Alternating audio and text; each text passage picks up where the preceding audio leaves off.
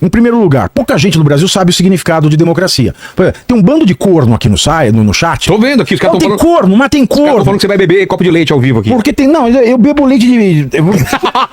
não. Mas assim, olha, é um bando de corno aqui, ó. É um bando de corno que não sabe o que é democracia. Não sabe. Democracia, o povo fala assim, é governo do povo, para o povo, pelo povo. É. A democracia é o que Alexandre de Moraes fala. A democracia é institucional. Não, democracia, bicho... Vamos entender o que é democracia? Se você não entende, o azar é o seu, fica quieto, chora debaixo do cobertor. Primeiro entende o que é democracia para depois falar o que é antidemocrático. Em primeiro lugar, democracia, o que significa isso? Do grego, demo, povo, kratos, poder. É poder do povo, não é governo do povo, não é governo para o povo, não é governo pelo povo. É poder do povo. Agora você quer saber que poder é esse? Então você tem que voltar um pouco no tempo. Em 585 a.C. surgiu uma arte, uma disciplina em Atenas chamada filosofia. Filos, amor, mas é um amor de penetração, é um amor quase que sexual. Ah, é? Como você fala, pedofilia. Ah, tá. É um amor de penetração, né? E sofia é saber. Então, a filosofia é o amor de penetrar o saber a fundo, o mais profundamente possível. E como é que surgiu a filosofia em 585, no século 6 a.C., em Atenas? Surgiu do seguinte, em Atenas, você tinha... uma aristocracia, uma pessoa, um grupo de pessoas que enriqueceu fazendo comércio com outros povos. E nesse comércio com outros povos, você conhece pessoas de culturas diferentes. Antes da filosofia, o que respondia a todas as dúvidas do mundo? A religião. Cada povo tinha sua religião e cada religião tinha uma explicação diferente para cada coisa. O ateniense, como ele enriqueceu fazendo comércio com povos de culturas e respostas diferentes, ele começou a contrapor respostas. Mas essa resposta não casa com aquela, e a filosofia nasce daí, da dúvida e da crítica às respostas ortodoxas dadas pelas crenças dos povos com os quais os atenienses negociavam. E disso nasce a filosofia, da dúvida e da crítica. A partir da dúvida e da crítica, você vai buscar respostas desvinculadas do dogma religioso. Você vai experimentar as coisas e buscar respostas nas próprias coisas. E é nesse ambiente de crítica, de poder criticar, de poder questionar e de poder sugerir respostas novas e mais aptas a serem entendidas diante da própria coisa e não como uma coisa religiosa, que algumas décadas depois surge a democracia. Não é coincidência. É um processo que leva a outro. O processo de crítica, o processo de dúvida e o processo de buscar novas respostas desemboca na democracia ateniense. Então a democracia é o poder do povo para criticar, duvidar e sugerir formas novas de gerir a polis, a cidade. Então a essência da democracia é a crítica. Não há democracia onde o povo não possa criticar. E não é criticar uma ou outra coisa, é criticar tudo. Inclusive o próprio regime, para que o regime democrático se aperfeiçoe. Então esse é o conceito básico. Porque na teoria os caras lá são representantes do próprio povo. Exato. O que a gente tem aqui hoje é um regime de democracia representativa, porque temos uma dimensão continental e uma população continental. Não dá para todo mundo se reunir na praça pública e discutir todo mundo. Meter a língua, descer, falar que não concorda, falar que acha errado. Falar você critica tudo, mas o que vai fazer é o que é votado pela maioria. Nesses países grandes, então, de democracia representativa, nós elegemos as pessoas que vão votar por nós. Mas todo o poder emana do povo. E o que a gente entrega para um representante, que é o presidente, o governador, o prefeito, o vereador, o deputado estadual, o deputado federal e o senador, é o poder de escolha.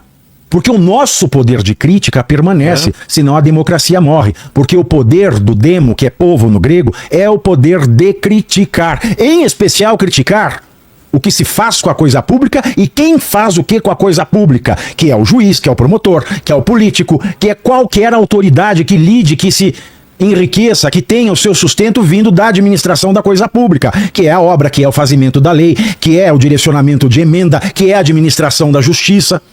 Então tudo que se alimenta do dinheiro público e todos que se remuneram da administração de qualquer coisa pública estão sobre o crivo da crítica pública. Isso é democracia. Então a democracia, antes de ser direito de voto, ela é direito de crítica a qualquer coisa, de questionamento a qualquer coisa. E quando vem um sujeito dizer que esta crítica, essa opinião está errada, essa crítica não pode ser feita, ele pode estar fazendo absolutamente tudo, menos salvando a democracia. Até a opinião errada faz parte do processo democrático. Até a opinião errada faz parte, especialmente num país em que mais de 70% é analfabeto ou analfabeto funcional. Sim. Como é que você quer que a pessoa, ela recite Camões, se ela não sabe escrever cara, caramba, cara, caraô?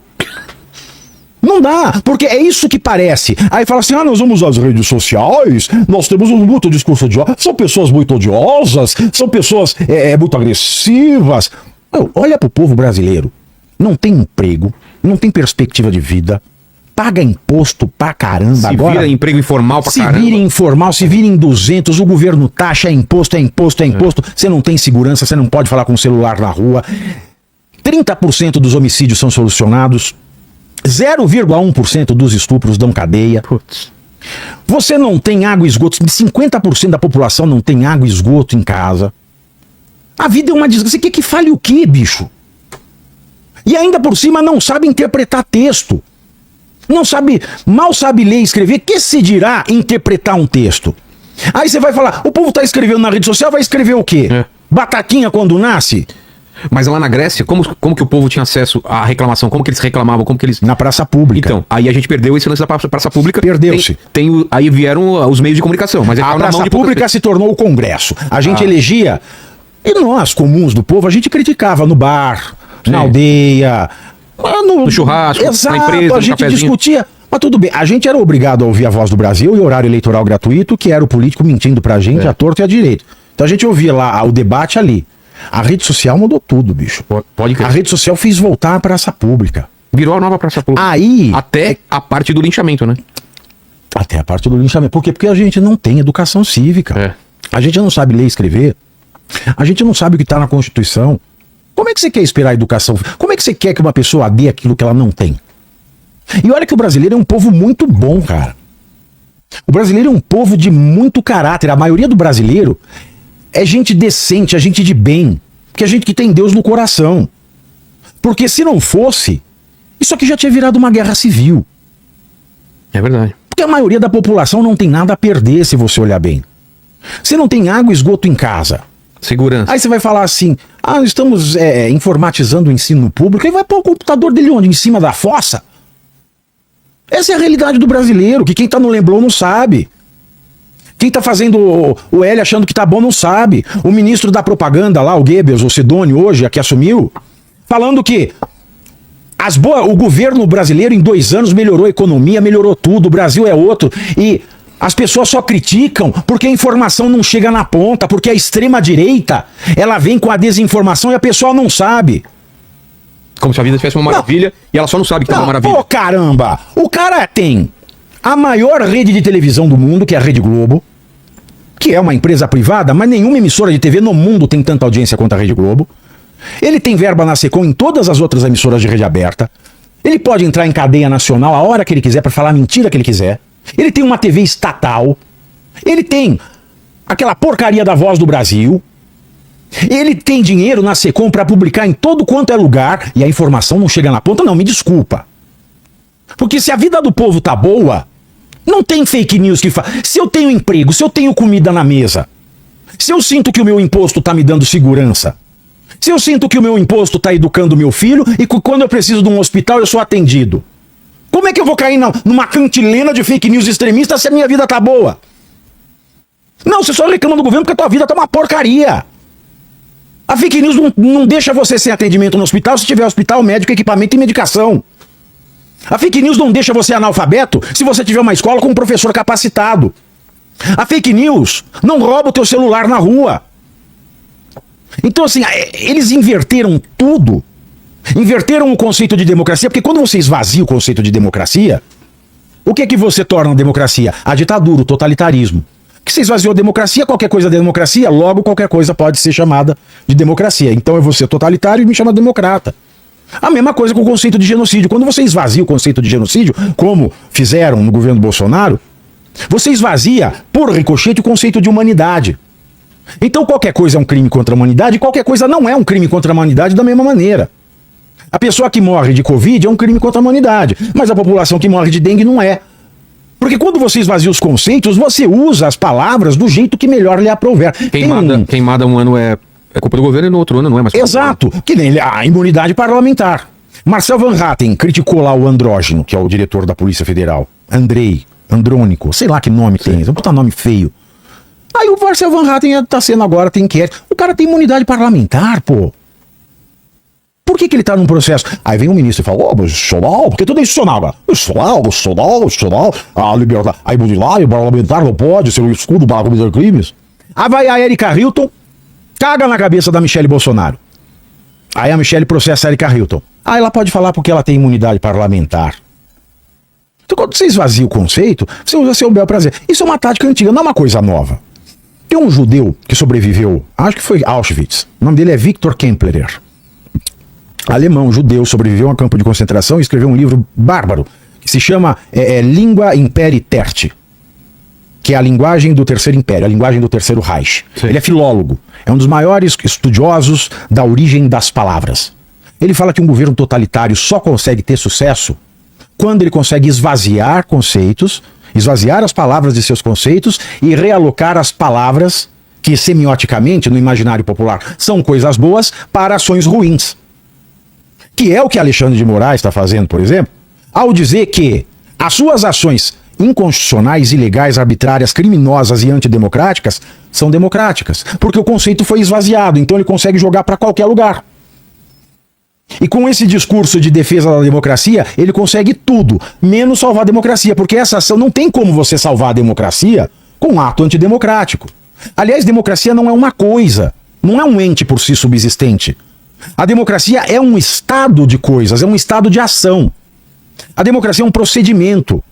É um procedimento de quê? É um procedimento de administração da coisa pública através da crítica popular, sobre o crivo da crítica popular. Crítica em qualquer tema, em qualquer assunto, não só em receita de bolo, se a roupa da Janja tá bonita hoje, tá feia amanhã, porque ela sempre tá horrorosa, aquela cafona. Não, é crítica a absolutamente tudo. Eu posso criticar a urna, eu posso criticar o processo eleitoral, eu posso criticar o modo como a justiça é administrada, eu como povo, eu posso criticar tudo, porque esse é o poder do povo, é o poder de criticar, é o poder de questionar, é o poder de duvidar. Aí cabe a quem administra a coisa pública provar o contrário. A luta contra a desinformação se dá através da informação, não através da intimidação, não através de ação da AGU, daquele imbecil do Jorge Bessias, que não podia ser advogado-geral da União. Porque para ser advogado-geral da União, a Constituição diz que a pessoa tem que ter notável saber jurídico, ela tem que ter currículo. Abre o currículo do Bessias no Google.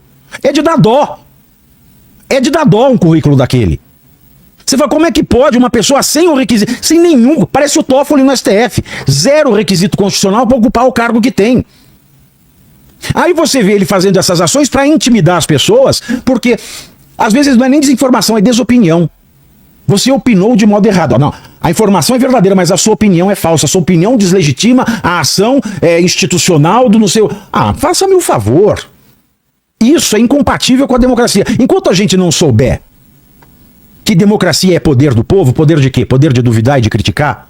E que, quanto à desinformação e a opiniões equivocadas, só cabe aos governos e às autoridades ensinar, a gente pode parar de ficar discutindo. Porque isso é discussão de imbecil. A gente chegou num momento do Brasil em que a gente tem um monte de analfabeto funcional, todo mundo com preguiça de ler, porque basta vagabundo, que tá me xingando aqui no chat, abrir o caso do site planalto.gov.br e digitar lá Constituição, tá lá o texto inteiro. Código Civil, tá o texto inteiro. Código de Processo Penal, que manda o juiz rever as prisões preventivas de 90 em 90 dias e passa 300 dias, 660 dias, e o Alexandre de Moraes não cumpriu um prazo de 90 para ver que tá na lei. Então ou a gente sai dessa era do analfabeto vagabundo, que tem preguiça de ler o que tá no site planalto.gov.br, ou a gente para de ser corno e ficar falando que a gente não sabe. Porque tá tudo lá escrito. Basta ler. Basta ler.